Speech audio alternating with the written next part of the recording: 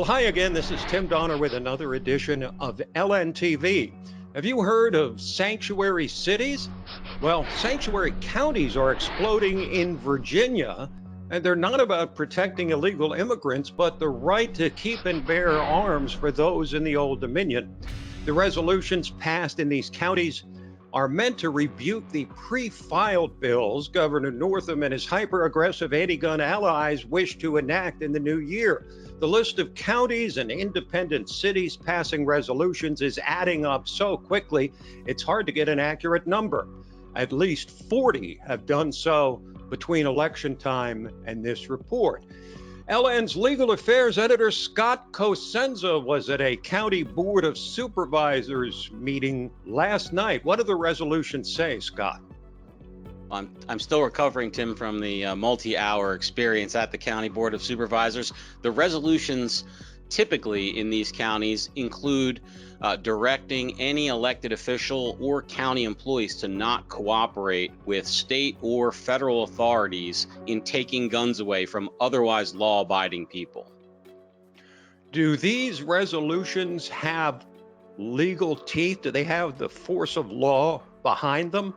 Well, I think the primary motivator is a political motivator, Tim. So it's about telling and telegraphing to Richmond and the state delegates and the state senators that while the elections in November may have yielded a Democrat majority, they did not yield a massive approval for a progressive wish list, which would include making Virginia, which has been a fairly liberal state with respect to gun rights, to be the most, perhaps, restrictive state.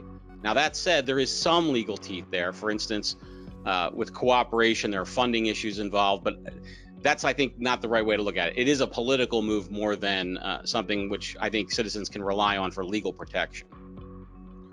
Will this matter ultimately in the state capital, Richmond, when the bills are voted upon?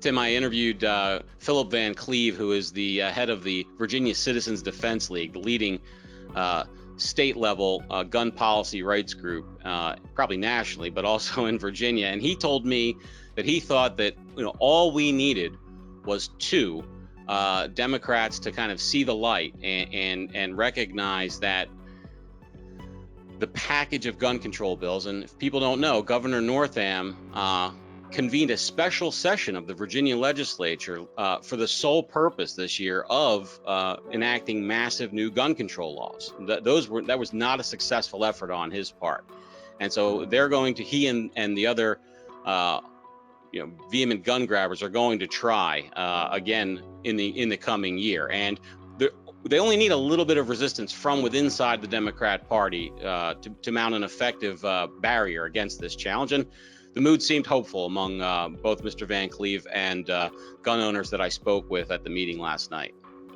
Is this form of opposing aggressive gun control laws likely to become sort of a template for other states across the nation who are tempted or actually do pass very restrictive gun laws?